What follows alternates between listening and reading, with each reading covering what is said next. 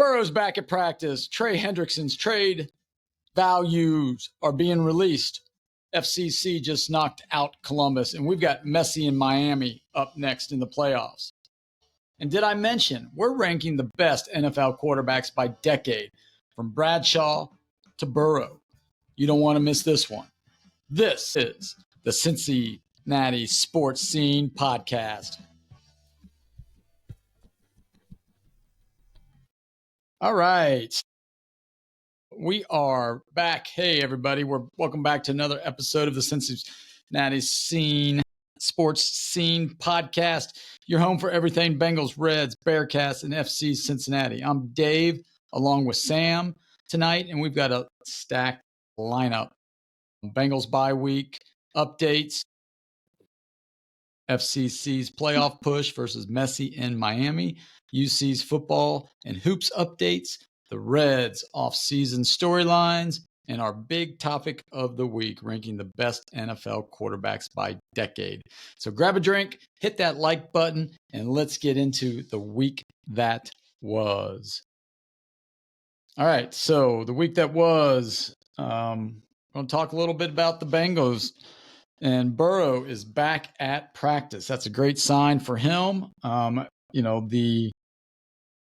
What do you want to call it? All the stuff that was out there mid-December, but according to Zach, it's sort of like fits the timeline, that internal timeline that they had. So, thoughts on Burrow? I know he's just limited to practice and just really not, throwing to air right now, but no defense or anything like that. So the thoughts on him and his timeline versus the Bengals timeline. Yeah, I mean, they activated him this week, so I believe that's 21 days to then either put him on the active roster or put him on IR for the rest of the season is basically what it comes down to if you don't put him on the active roster. So, I mean, that's this month, basically. And I know Burrow mentioned in his press conference on Monday that he might be eyeing the Thanksgiving game against Baltimore, which, I mean, I get why personally he would say Right. that and want that. But, I mean, it's dependent on what they're going to do the next couple games before they get to that point. I think they're that's 3-8. They're 3-8. No, you do not let him touch the field at all. You don't do it. There's no upside to it. The guy's injury prone, coming off an injury, bad offensive line. The defense sucks, and they're not even going to have any motivation to get better. If they lose the next two games, there's no point. Now, if they win the next two, they're sitting at 5-6. I mean, you can make an argument, but if they win the next two, it's probably because Joe Flacco throws for 500 yards and 6 touchdowns. So do you really want to, take the ball out of his hands? Yeah, it's a catch-22, and we know I would just shut him down for the season. I really would. I mean, I don't.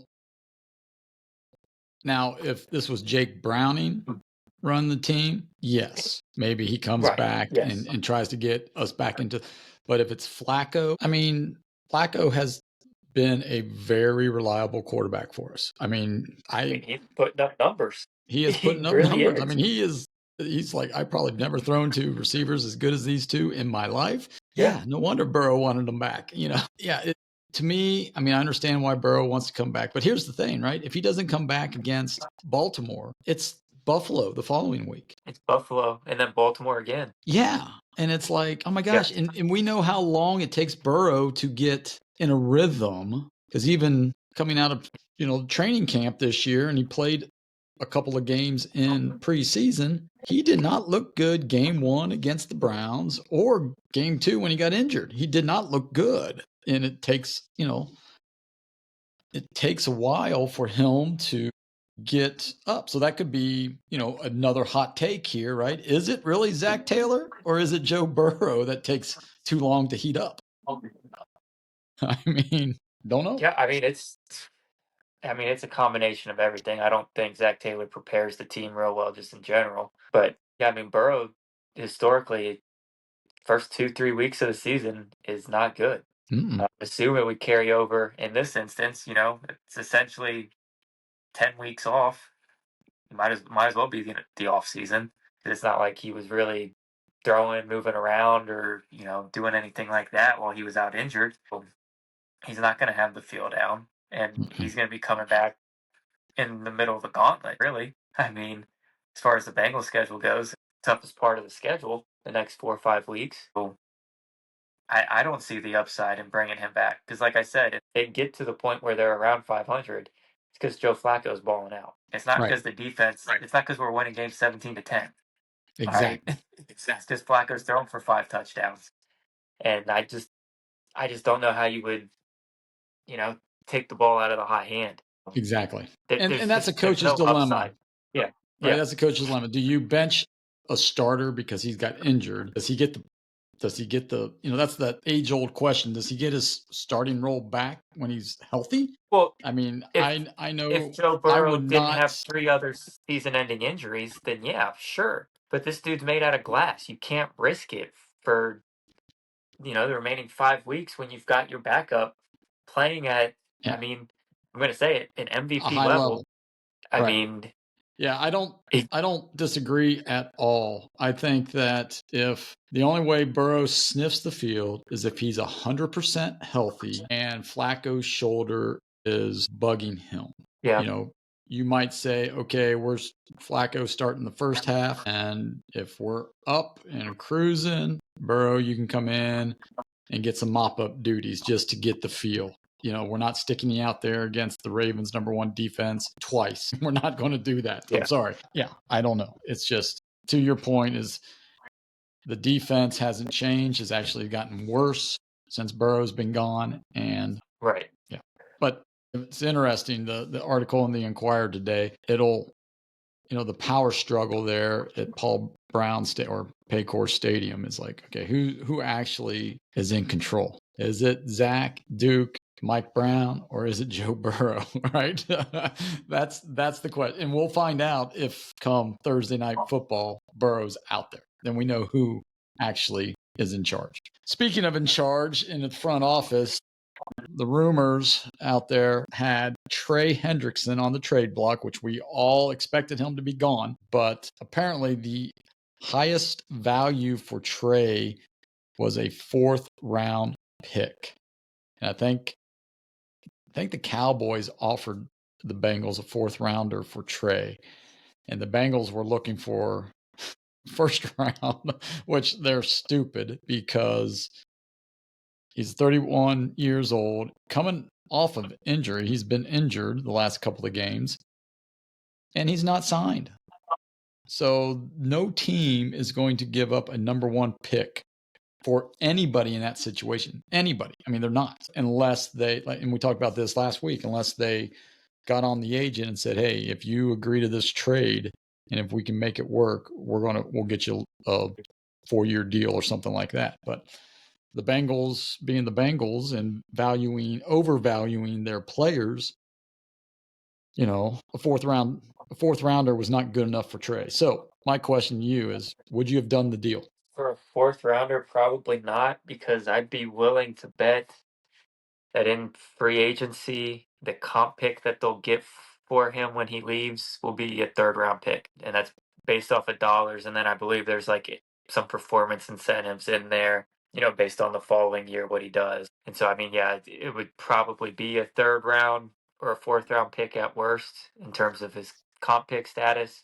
So, I mean, I get from that aspect, if you were just going to get a 4th rounder, might as well keep him. And when he walks, if you get a 3rd out of it, that's a better deal. But I don't know. I think they just should have been more proactive from the start.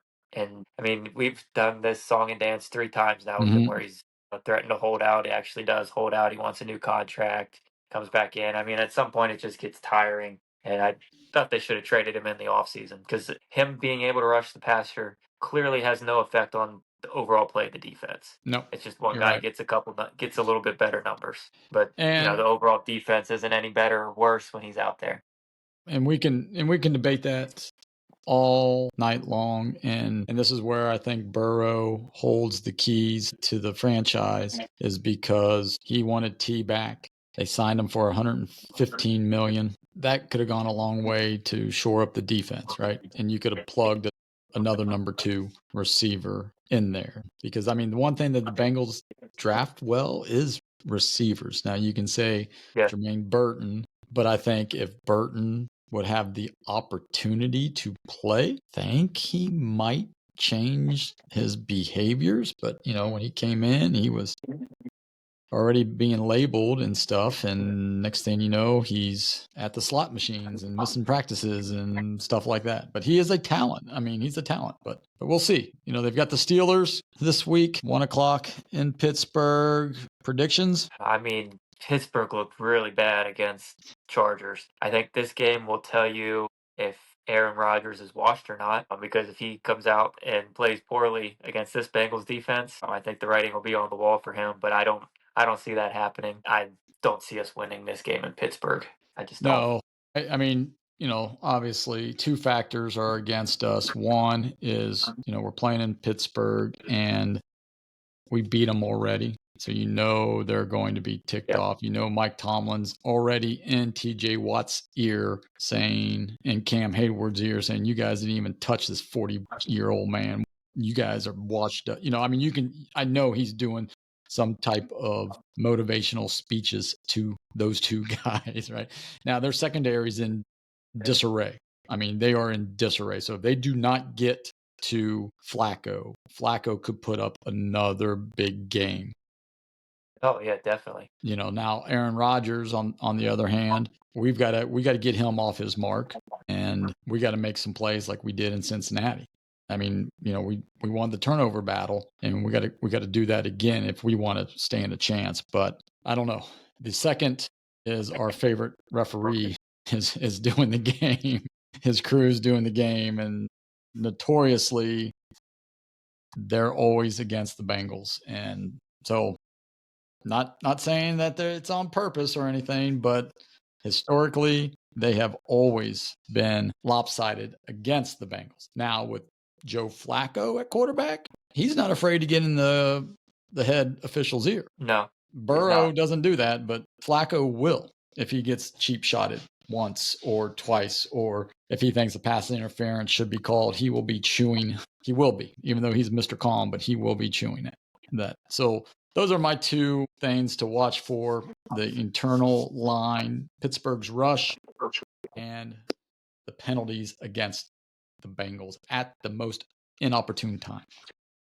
Right. All right. So speaking of people and things, Columbus went down, which we both were hoping for, but we were very hesitant and anticipating that the momentum was on Columbus' side after they shellacked us. But, we took Columbus down, and, Messi's coming to town November 23rd. So can we keep the playoff magic alive?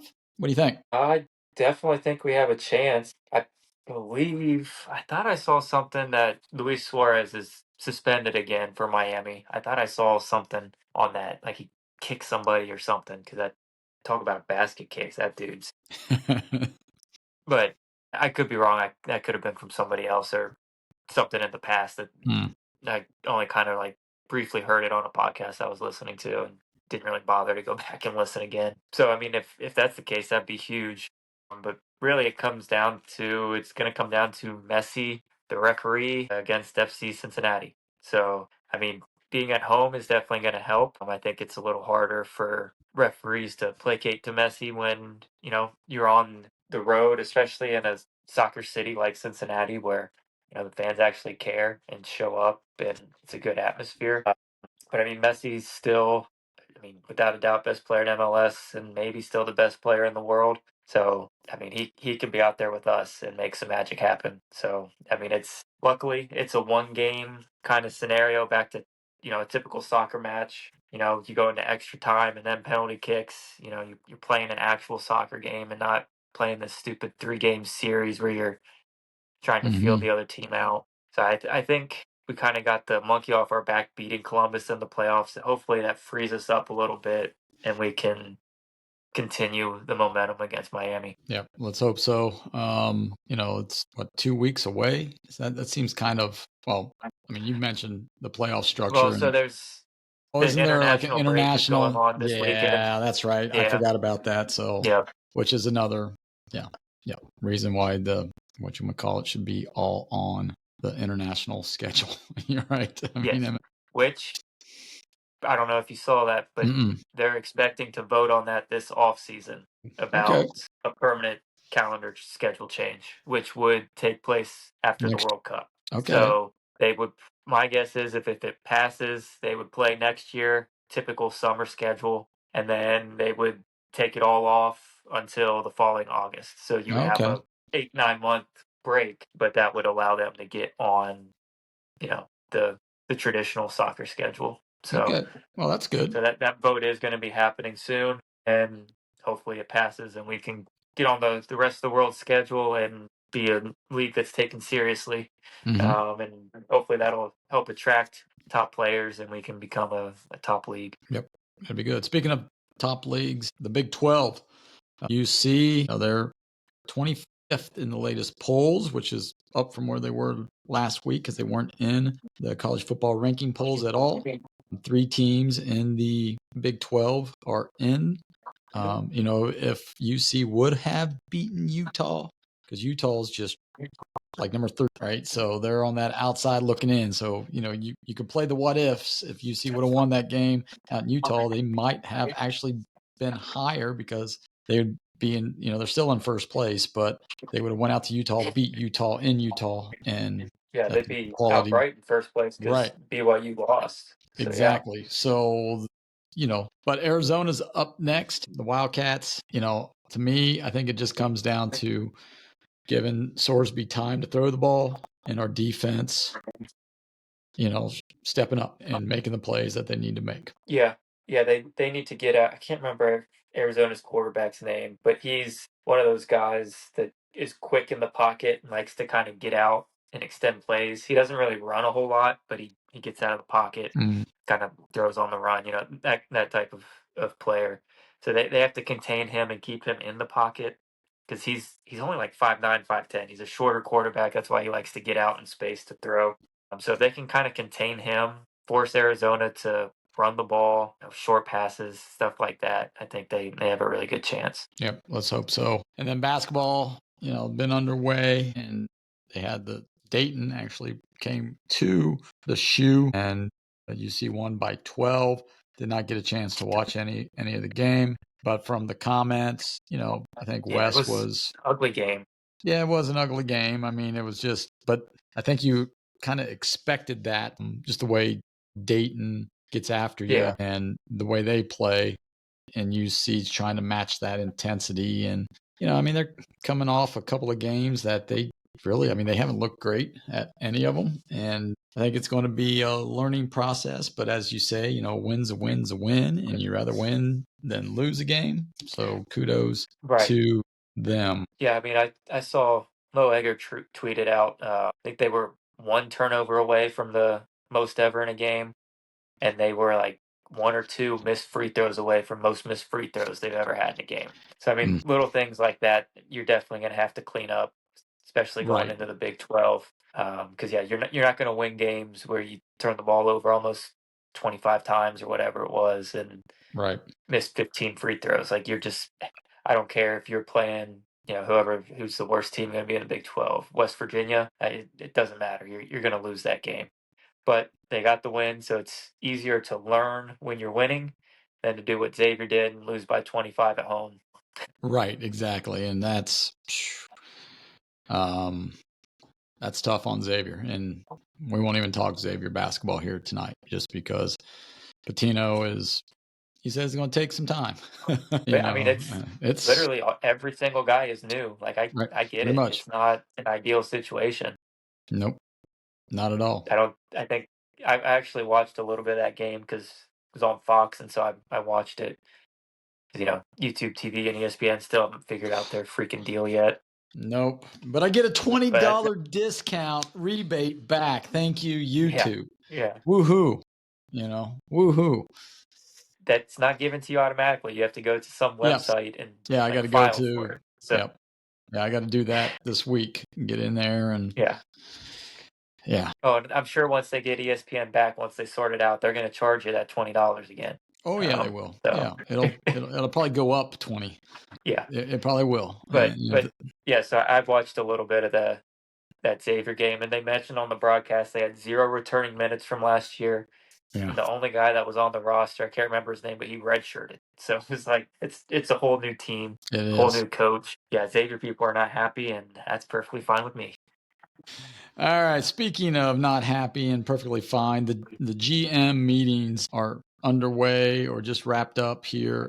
They were out in Las Vegas, Nevada. Some interesting things were coming out from the Reds side. And I know when I sent the agenda out, I didn't read everything that was coming out. I did this morning, and Charlie, he brought some stuff out there, and I was like, oh, that's interesting. He talked to Nick Kroll, he talked to Brad, Meter about what the Reds' plans are. I know we have talked about the payroll being about the same. The Reds have 10 free agents. The question out there to you in listening land, and also you, Sam, is who's your must-sign Red this offseason? Out of those 10, is there one guy that we need to bring back?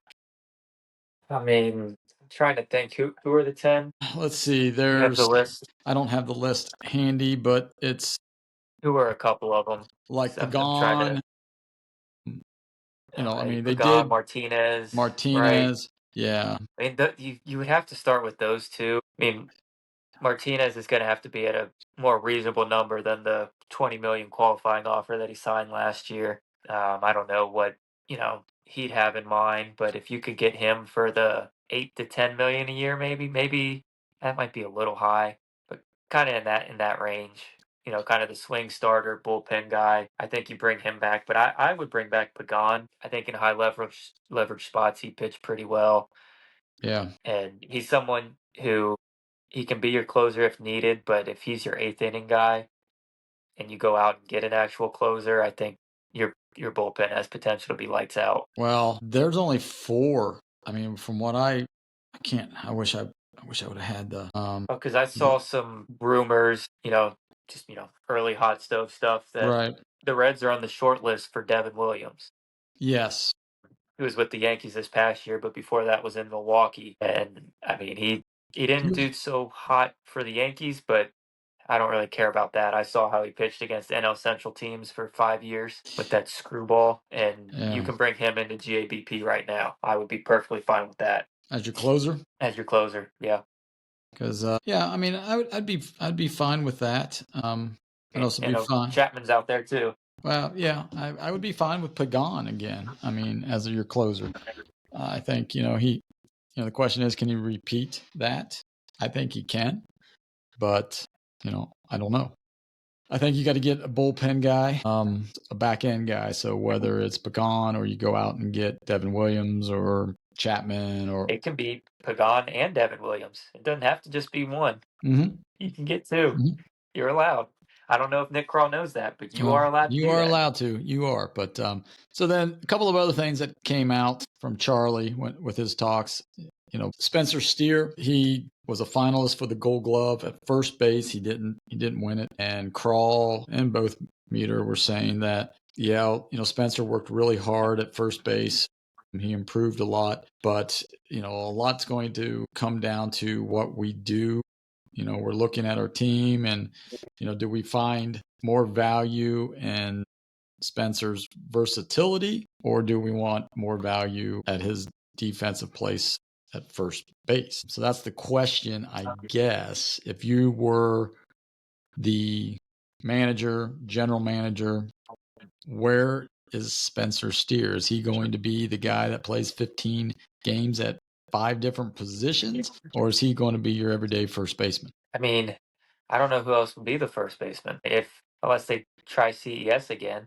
I don't know. No, I mean, your Steer's better than any just run-of-the-mill free agent first baseman you're going to get. You're not going to go sign Pete Alonso. You're not going to pay him. Mm-hmm. So, I mean, you're going to bring in just some middle-tier guy. You might as well stick with Steer and put that money to use somewhere else. Right. That would be my take on it. So I think that's probably what they should do. Well, especially if they preach defense, right? They've seen how good a a defensive first baseman can be for the teams. You look at Milwaukee that had like one of the best defense metrics. And then you look at the Toronto Blue Jays that were like in the top 3 for defensive metrics. If Steer is your, if you're going to be bouncing Steer around, then you've got to have a plan. And I don't think the plan involves CES. I mean, I know they love his pop and they love his power, but 1, can he stay healthy? 2, is he going to be able to figure it out, right? I mean, he can figure it out in AAA, but he can't figure it out at the major leagues. I don't know. And then if you do bring in not Schwarber, but if you bring in, say you go get Pete Alonso, who's worse on the glove side, then, then your defense as a whole, your infield defense as a whole becomes a little, I guess, worse overall, just because already relatively bad too. Right. Yeah. Because, I mean, Steer picked a lot of bad throws and, he turned them into outs, and you get a bad defensive first baseman who can't do that or can't get the footwork down, especially with Ellie throwing the ball, McLean throwing the ball, I mean, it's one of those things that it's like, Ellie's 21 errors might turn into 31 errors because of bad throws that Spencer saved, right? And so speaking of Ellie, the next thing is he is staying at shortstop. He's not moving to the outfield. So thoughts on that real quick? Yeah, I mean, I figured as much. I'd still like to see him in center, but I mean, if you want to give him another year or 2 to figure it out at short, it's not the end of the world either. Yeah, I mean, but I mean, he's got to get, because he can get to any ball. It's most of his errors are throwing errors. Well, and so it's the routine plays. I mean, just the easy. That's true. Yeah, it's the easy ones that he just takes for granted, I guess, and just doesn't focus enough. I think Terry Francona will have a say in Ellie's preparation, and I know they were like, oh, he played a lot, played every game, got to give him days off, blah blah blah. Which is, yes, you do, but I think Francona's message is we have to make the routine plays, and then the spectacular will come. So, all right, let's switch gears right now. It's time for the CSS trivia. Last week, pretty easy one. If you paid attention to Cincinnati sports news, I said this person was the first player in Bengals history to catch a touchdown pass, and it was Bob Trumpy, the late and great Bob Trumpy. So Sam got that right. A lot of you out there got that right. We appreciate that. And now this week, if you think you know the question from Sam, drop a line here on YouTube or on Instagram and Twitter at CincySportsScn. Leave it in the comments and let us know if you know the answer, but don't Google it. We'll know if you do. So, Sam, go ahead and tell us your trivia question. All right. So, some more baseball awards are being handed out today, notably the Cy Young, who I saw they released the AL, and it was Tarek Skubal won that again, back-to-back for him. But basically, your trivia question is, name the top 5 players who have the most Cy Young awards, who have won the most Cy Young awards. And tied for 5th, there's like 5 or 6 guys tied for 5th, so if you just want to name 1 or 2 of them, I'll give it to you. Let's see here. What about Greg Maddux? Greg Maddux is on there. He is tied for 4th with 4. With 4. Roger Clemens? Roger Clemens is number 1 with 7. Okay. Pedro? Pedro is one of the guys tied for 5th with 3. Okay. Randy Johnson? Randy Johnson is 2nd with 5. Okay, then we need one more. Number 3? One more, yep. Number 3. Actually, sorry. Greg Maddux is tied for 3rd. So there's 2 3rd place. That's where the 5th place comes in. Okay. So he's tied with this guy with 4. Okay. Steve Carlton. Steve Carlton. You got it. Yep. All right. That's a good one. That was a good one. All right. Let's move on now to our topic of the week. And we are ranking the best NFL quarterbacks by decade. So we're going to start from the 1970s all the way to now. And the way we're going to do it is I have listed 4 quarterbacks each decade. I'm going to read my list. If Sam has anybody different, he's going to chime in. with his, and then we are going to rank like who we felt is the best out of the decade, out of the 70s. Just 1, 2, 3, 4. And then we'll do the 80s, 90s, 2000s, 2010s, 2020s. Then at the end, we are going to take those best 4 and we're going to pit them against each other. And we are going to see which decade has the best 4 quarterbacks, period, bar none. So that is what we are planning on doing. So are you ready for the 70s? All right. So my force from the 1970s, Terry Bradshaw, Roger Staubach, Fran Tarkington, and Kenny the Snake Stabler. So which one ruled? First of all, did you have any different? And if so, let us know. If not, which one ruled the decade? Yeah, I didn't have any different. I mean, if you go rings-wise, it's probably Bradshaw. I just have a hard time saying a Steeler when you've got a Cincinnati kid on the list. So I'm going to go with Staubach, but I think a lot of people probably say Bradshaw. Yeah, I mean, this is the interesting debate about quarterbacks, right? Is it rings? Is it passing yards? Is it touchdown passes? I mean, what is Well, it? when we get right? into this next segment where we're comparing the eras, I think we kind of have to lean on rings just because of what the quarterback was asked to do in the passing game and how different it is. Yeah, I guess, but yeah. 'Cause, I mean, if you look, I think Terry Bradshaw has more interceptions thrown than touchdowns. And he's a Hall of Famer. Like, I mean, Yeah. you do that now, you're Jameis Winston. You know, Well, that is nobody's true. That is clamoring for true. Jameis Winston to get in the Hall of Fame. But he had that defense to carry him, right, in a running game too. But yeah. All right. So yeah, it's just what the quarterbacks were asked to do. They were asked to throw the ball downfield. I mean, they didn't. Right. Short passing game basically didn't exist. Exactly. So yeah, I mean, I love Roger Staubach. Don't get me wrong, I love Roger Staubach, but I would have to probably go with Bradshaw out of that group. Yeah, I think you have to. I think I have to. All right, the golden era of quarterbacks, right? Joe Montana, John Elway, Dan Marino, Dan Fouts. It killed me to leave Kenny Anderson off either because he played from the like 75 to 85, 86, right? Yeah, he just didn't have enough either way. Right. And I know he went to the Super Bowl in 81, MVP in 81. I thought about, he could be number 5 on this list, right? I mean, yeah, it was between him and Fouts, right? I mean, he beat Fouts in, What about someone like, was Warren Moon the 80s or was he more 70s? Warren Moon was the 80s. Yeah. Warren Moon is another one that, I looked at, but he played in the CFL, came in the 80s, and then I don't think he might have played briefly in the 90s, but not a ton. Yeah. But yeah. So Warren Moon, I mean, we can throw that on there. So we're going to ask the fans out there, listeners, if we forgot somebody, who did we forget and who would you switch, on that list? But, I had to choose 4, and I think Fouts with what he did and, Eric Coryell and the way they threw the ball. I mean, as far as my 4th guy, not Anderson but not as, I mean, to me, this is probably the toughest one out of them all, just because you got Montana that won undefeated in Super Bowls, right? Elway didn't win a Super Bowl in the 80s. They were in the 90s that he won his 2 Super Bowls.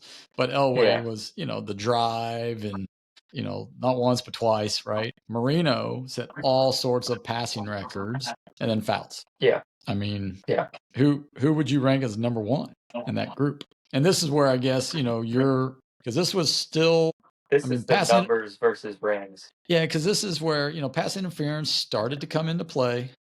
Yeah. But the West Coast offense, you mixed in a little more of the short passing game. Yep. And I mean, Marino was essentially a modern quarterback.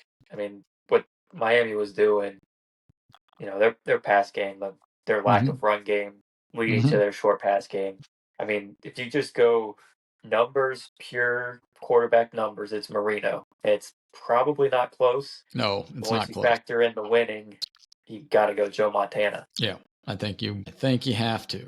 And here's the thing that a lot of people don't. I mean, Montana graduated Notre Dame in 77, 78, 79, and 80.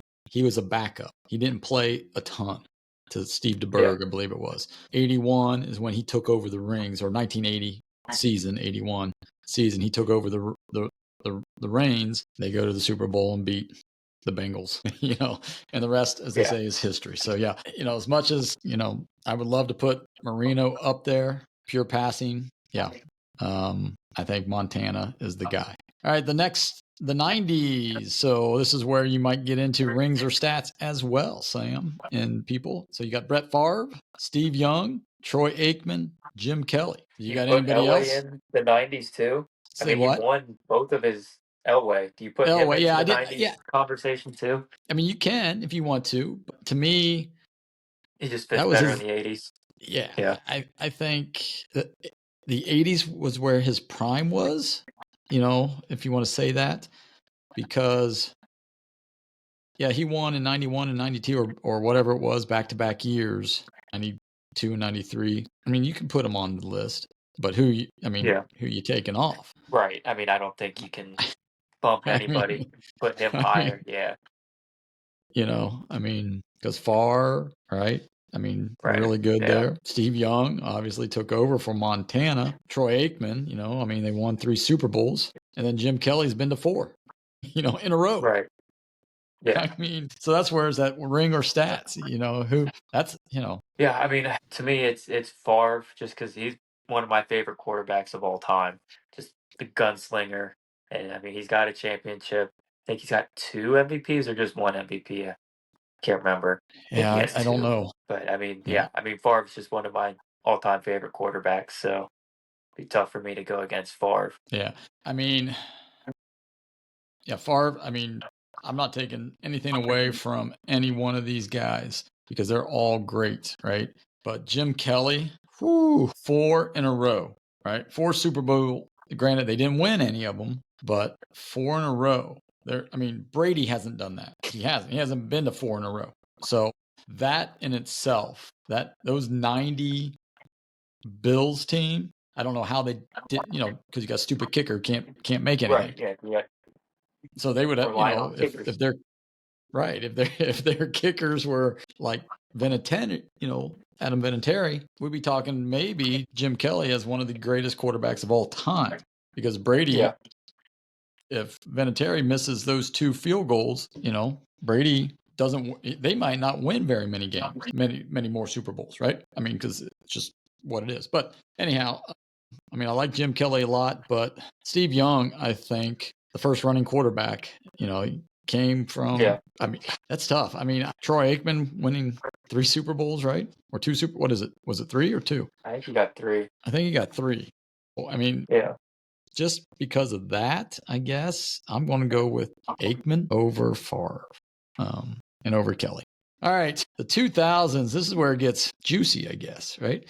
So you got Brady, Peyton Manning, Drew Brees, and then you got to put another Steeler on there, I guess, Big Ben. So these are dynasty builders. Who are you taking? I'm taking Peyton Manning. I think he's the smartest quarterback that's ever played. We're talking about him as an all-time great quarterback, and I'm pretty sure my arm is better than his. We talk about an absolute noodle arm. To be able to do what Peyton Manning did was really impressive because, without a doubt, the smartest quarterback that's ever played. But he threw, 27 interceptions as a rookie just because he wasn't used to the speed. The Colts were god-awful. Yeah. Yeah. 30-some times he got sacked. Yeah. 1 in whatever it was, or 2. To have that terrible of a rookie year, be smart enough to know what your limitations are, make the adjustments you need to, and just rely on your football IQ, I think separates him from anybody else. Yeah. This is where, rings, Brady. Right. Brady's first 3 rings had nothing to do with him. They just didn't. It was all the defense and nothing to do with what Tom Brady was doing. The Tuck rule. Come on now. It was all about the Tuck rule. Well, right. If you didn't know that rule, right? Yeah. They lose that game to Oakland, and Rich Gannon goes to the Super Bowl. But yeah, I have to agree with it. I can't. As far as Brady or Peyton, right? Those are the 2. Head to head, Brady he has the edge. Rings, he has the edge. Longevity, he has the edge. So why am I not going with Brady? I don't know. But I just like Peyton. Yeah, I like Peyton. I just think Peyton's a more likable guy than Tom is. Yeah. I mean, when it comes down to it, if you listen to, and this is not quarterback related at all, but if you listen to Brady doing NFL games, he's Peyton awful. Manning, He's so bad doing the Manning cast. The Manning cast, yeah. I'm sorry, I would listen to blows Peyton him out of the Manning. water. I would listen to Peyton Manning all day long over Tom Brady. Oh yeah. And I know that has nothing to do with this, but that's what you're relating to as smart quarterback changing his thing and stuff. All right, let's move on to the 2010s. We got Aaron Rodgers, Andrew Luck in there for a little bit, Matthew Stafford, or Matty Ice, Matt Ryan. You got anybody else in the 2010s that you want to throw in there? Brady. Brady, yeah, I mean, Brady. If you throw him in, he wins the 2010s. Yeah, trying to he probably does. Maybe some other quarterbacks. You could probably throw Russell Wilson in there. He was really good in the 2010s. Yeah. Andy Dalton. I think we can Red Rifle. probably find some more quarterbacks before Andy Dalton. Hey, let's see. Got us to the playoffs, baby. Joe Flacco's got a Super Bowl in the 2010s. I feel like there's a guy that we're missing. Romo would have been in the 2010s. Yeah. I don't know if he would get any consideration or not. No, you know who I know a couple we forgot, but we'll go back. And so I know you out there in listening land, you're probably throwing up a couple of names right now. Apologize, but I could think of somebody in the 90s or 2000s that probably should be on this list and they weren't. But I'll fill you in later. So who are you going with in 2010s? 2010s, I'm going to go Rodgers. Yeah, I think I have to go Rodgers as much as I don't like Aaron Rodgers, but I think, he sat the bench behind Favre until he got his chance and he didn't disappoint. I mean, he's still playing today. Didn't disappoint. I know Matt, Stafford has a great career too, later in the 10s. Yeah. Andrew Luck, what could have been, right? Right. What could have been. Yeah. But yeah. All right. So now the 2020s, we got Mahomes, Allen, Jackson, Burrow. I mean, who defines the new era of quarterbacks? Which one? It's Mahomes. It is Mahomes as much as it's Mahomes. Gosh. Which, whatever. Exactly. It is what it is. Love for it to be Burrow, but I mean, Burrow he's got no major accolades, no Super Bowls. I mean, the other guys you mentioned all have MVPs at the very least. Right. So, right. I mean, if the Bengals went 10-7 and made the playoffs last year, Burrow would have an MVP, but they didn't, so he doesn't, which sucks. But I mean, if you're not going to have the rings, you got to have the accolades to back it up. And if you don't have either, it's tough to choose you, even if we want to. Yeah. All right. So now we're going to go into which decade had the best quarterbacks. Now these, a lot of these quarterbacks played multiple decades, or they crossed over from the late 90s to the early 2000s or vice versa, early 2000s, 2010s, and in Brady's cases to the 20s, so 3 decades. But we're going to leave them in, the decades there. So which decade are you putting as the best decade for quarterback? Probably 2000s. I mean, Manning, Brady, Breeze, Roethlisberger. I mean, honestly, you could just throw whoever you want as that fourth one with Breeze, Manning, and Brady. I don't think it gets better than that. Ooh. See, I was leaning towards the 80s with Montana, Elway, Marino, Fouts. I mean, Yeah. I mean, that's where I was leaning just because, I just think when I think of I think it comes down. Only issue it comes down to the 80s and 2000s. Go ahead. That's what I think. It definitely, different eras. It's different eras, so it's tough to just compare the pure numbers. Right. The 2000s, that's the top three of the 4 top passers of all time. Right. Manning, Brady, and Breeze. Mm-hmm. I think Marino's still hanging around the top 5 somewhere. I'm not exactly sure where, but I mean, those other 3 guys from the 80s, they're nowhere close. But that's just the style of football. Right. You can't really hold that against them because if they were allowed to throw it 600 times a year, they would probably put up the same type of numbers. Yeah. Yeah. I mean, you had Montana and Young thrown to Jerry Rice, arguably the best wide receiver of all time. Marino was just throwing the ball all over the place. He didn't care who his wide receivers were. Duper, and Clayton. He was just slinging it. And Fouts was the same way. Right. But Aikman had Irving, and then he had the best running back, or one of the best running backs of all time, with Emmitt Smith. Right. And Breeze had a lot of great receivers. So the other guy. So let's do this. Let's do it like this. Instead of these four, let's take the 80s and the 2000s, and let's go with the other thing that you got to look at with the 80s. The defense was allowed to take the quarterback's head off. Right. I mean, do you think Tom Brady could survive playing in the 1980s with Lawrence Taylor? The early part of the 2000s was, they still allowed those hits. Not as vicious. They didn't allow the late hits.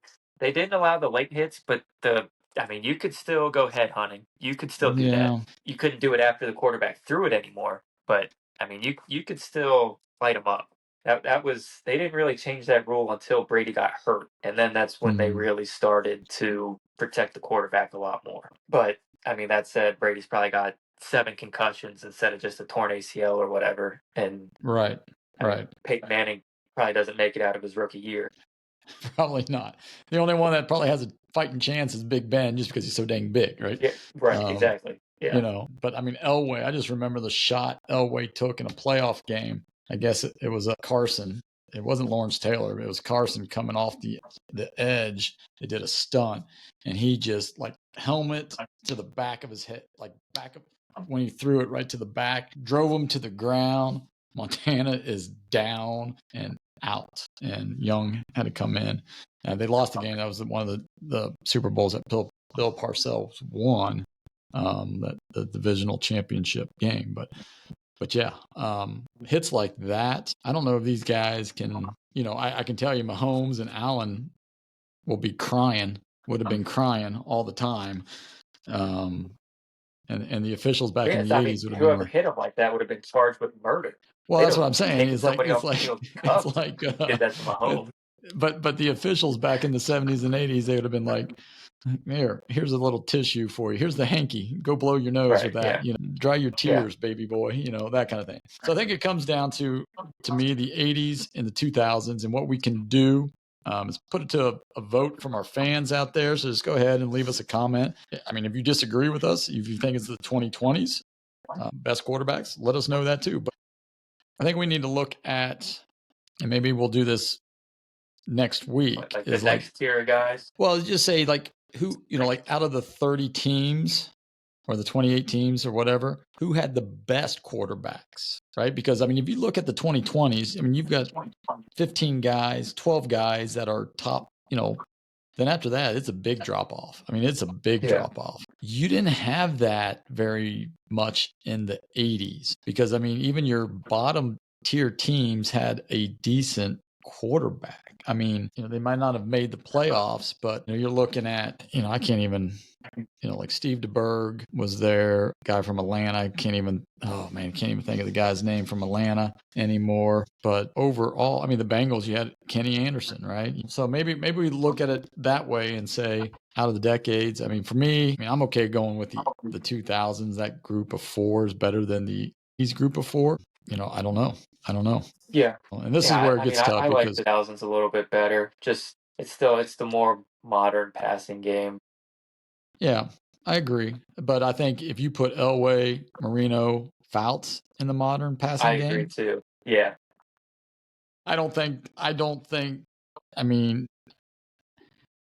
if That's any of those 3. Because all 3 of them would. They put up the 4,000, 4,500 yard seasons, 30 touchdowns. So all of them. Well, they were doing that. Marino was doing that in the 80s. Marino was doing it then. Yeah. Yeah. But Fouts was doing it too.